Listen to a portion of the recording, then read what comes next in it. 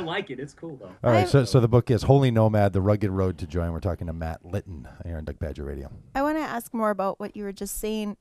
So the reality is we live in the world with iPhones and with a lot of things attached to cords or and books and radio shows and cars and shoes, say for example, yeah, or handbags. Victoria likes her shoes and her teacups. She likes her teacups. And so, what kind of advice or wisdom do you have for us about how we navigate this stuff that a lot of good can happen through my iPhone? We can do all kinds of good things. And so it doesn't seem like you're advocating for a real minimalistic or austere kind of lifestyle necessarily. It seems like you're suggesting a mindset, but it seems hard to have that mindset sometimes when there is all this stuff that sometimes is very good. So what do you have to say about how you navigate what you need to what you don't need and how to maintain that mindset in the midst of great toys and accessories? That's a really good question. I would approach it two ways. I think that there are, and we need to be better at talking of this. There are things in the world that are eternal. Our relationships. Caring for nature. That there is eternal work that is lasting, that creates joy, even in those who don't believe. And I think if I'm talking to somebody who doesn't believe in Jesus, I would talk about that because I believe that there is joy embedded in creation and that we can walk in those steps and experience some of that. But this Holy Nomad thing is very Jesus centric, and I believe it's how you define yourself. I mean, I can carry that latest iPhone. I can be really into Apple products, but I have to be careful that I'm not defining myself in that way. I mean, advertisers spend billions of dollars to convince us we need what they're selling, and I think it's such a dominant part of our culture. I think of in the Old Testament, I think of the idea. I had an Old Testament professor once talk to me about this idea of a zealom. That in the Old Testament, if a king would conquer a land, he would go put these little statues of himself all over the land. And when you went into that country, you would know, hey, he's king. And in a sense, that's what we're supposed to be here. We're supposed to draw our image, to draw our identity from Jesus. And so I think that's the line for us who are followers, Does that iPhone 5 define who I am? Is what I'm driving to work, does that define me? Even I think there's some idolatry in our vocation. How much do I define myself as a teacher? Yeah, and it does seem that one of the things you're touching on is that in our 20th and 21st century, rhythm of successful life, in our world, where many of the things that people in previous centuries had desired for have been accomplished, right? People live longer. There's less war than there ever. There's a whole set of things going on in our world now that are very common to people.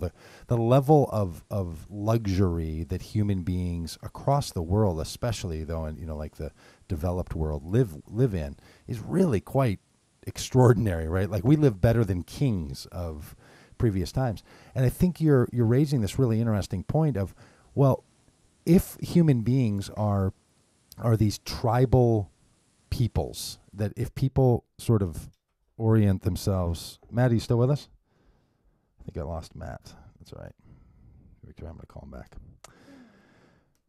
It's the glories of, see, as soon as you start saying something, that the government doesn't want, they're going to come in, they're going to come in, and they're going to cut us off. We're on the list. That's what happens. Apparently, NSA was listening in again on our Skype calls.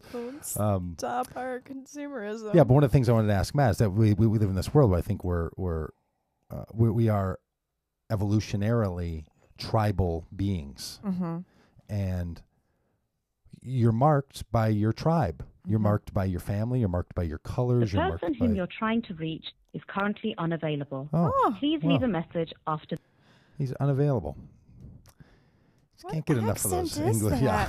It sounds like somebody trying to cover some kind of accent. Yeah. You mean you think they're faking it? You think it was somebody doing an English accent or something? I'm not not sure. The or person you're trying to calling undo. is not available.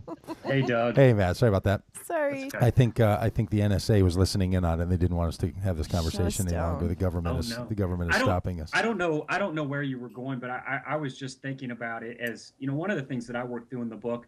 I think the amount of what we have, the material, and our disconnection from the suffering in the world is one of the darkest cells that we live in the first world.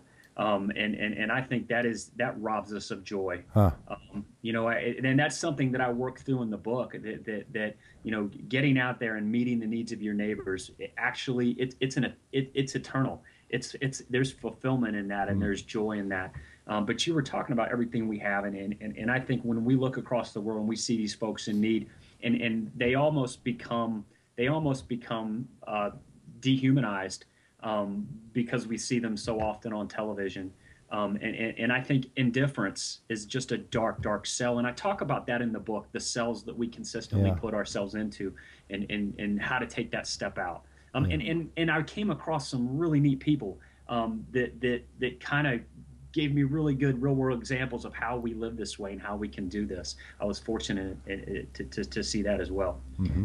So, and that leads me to this other thought, which is, look, if human beings are tribal characters and we're tribal beings, and in different times in our development, we've known people have had very clear paths to describe what tribe they're a part of.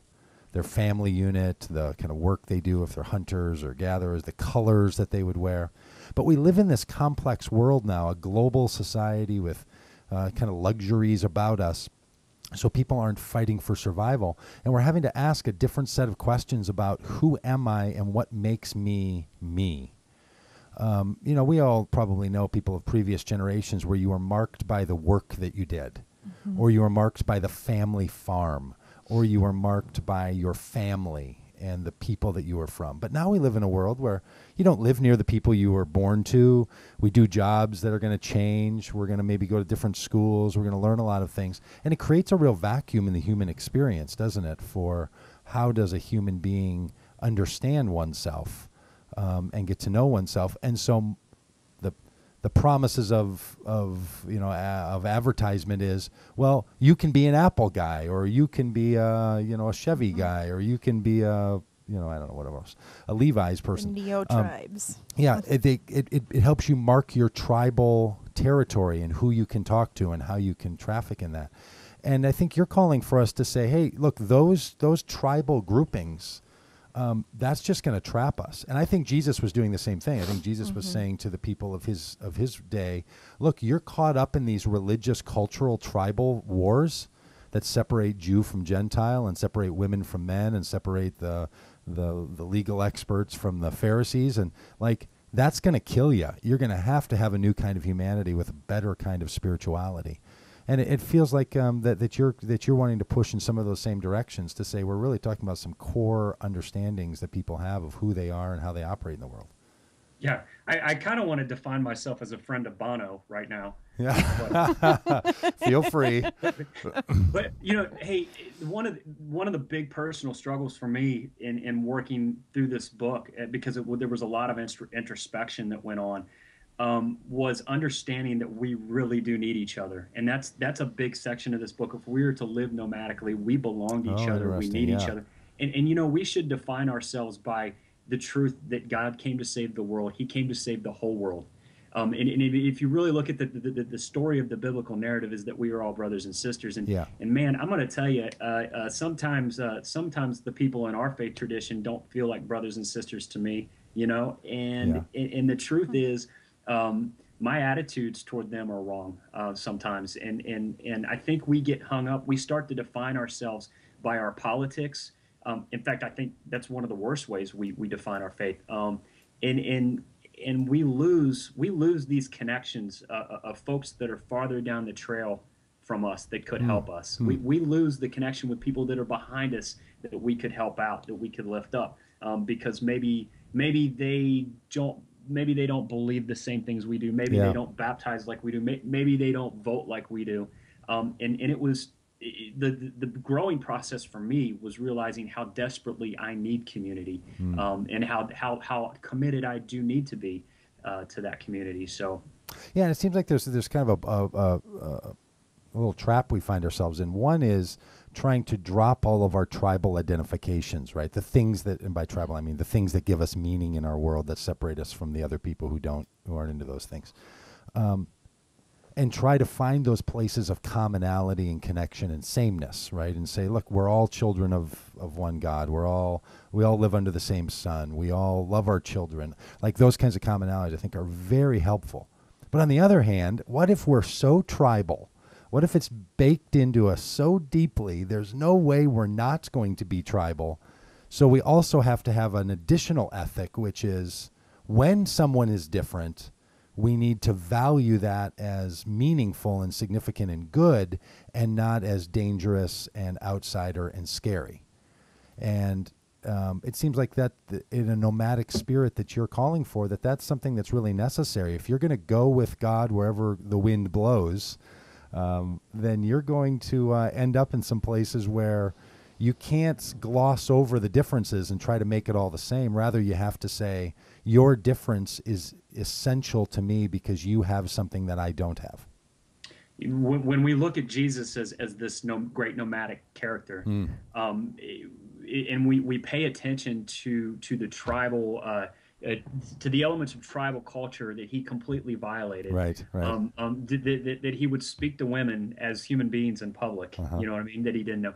That he would talk to Samaritans. I mean, he violated every ethic of being a Jewish male in that culture. And I think one of the things we need to pay attention to, that God moving forward, our call is to move forward with him and to grab hold of that life of Jesus and walk in those footsteps. I think we get hung up sometimes defining ourselves by our failures, defining other people by their failures. And we talk all the time about Jesus healing people, and he would say, go and sin no more. And I think us religious folks, we like to spend a lot of time talking about the sin no more, and we totally ignore the go. I feel like Jesus is calling us to move forward, and there's so many beautiful examples of that in the world. And I talk about some of these people in the book that were able to listen to that call to go and move toward this nomadic God. So those answers are really found in this person of Jesus that's constantly calling us from the dead spaces, from those Lazarus places in our life. That's fantastic. That is Matt Litton. Matt's the author of the book Holy Nomad, The Rugged Road to Joy. What part of the title, you didn't tell us, what part of the title did you come up with? I brought the Holy Nomad, and the beautiful marketing people brought the rest of it. Yeah, I really like that, The Rugged Road to Joy. I like that. Do you like that? Do you like that title? You happy with it? Oh, yeah. Yeah, I enjoy it. The book was it was a personal process for me, and it's been neat to talk about. So, if you're like me, once you write something, then you start to live through it a little bit, and gosh, you just learn so much. So in that way, writing's such a blessing. Yeah. Well, Matt, thanks so much for your willingness to be on the show, telling people about it, and thanks for the great book. Yeah, thanks, Matt. Thanks, Doug. Enjoyed it. Right on. Talk to you soon. That's Matt Litton. He's a great author. You should pick up the book, Holy Nomad, The Rugged Road to Joy. Thanks to Matt for being on the show. Hey, some of you know that we did a little bit with our friend Kyle B. Jones, our atheist, the Doug Pagitt radio show Atheist. We're going to get a report on how Interview an Atheist at Church Day went. Yay. So it was 2 weeks ago. So I'm going to call Kyle here after the break. And Kyle's going to give us a little update on all the other places. So if you're interested in the update, and then, of course, the Cripes come on, and You've Got to Be Kidding Me and all that kind of stuff. So we'll be back here after the break.